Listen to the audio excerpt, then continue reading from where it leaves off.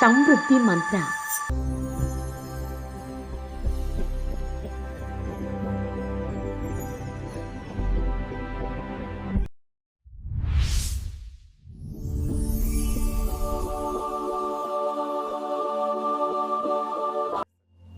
So మనకి ఎంత కావాలంటే సమృద్ధిగా కావాలి.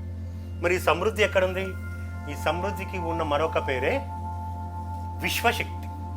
స్వీయ సుసంపన్నతకు స్వీయ జ్ఞానోదయం. అంటే ఇది ఎక్కడో లేదు, సంపద నీలోనే ఉంది.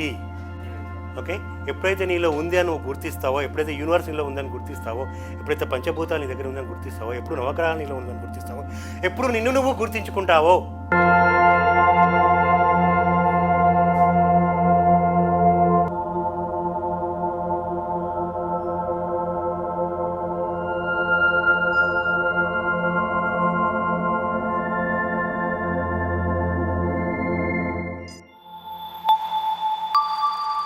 సమృద్ధి మంత్ర.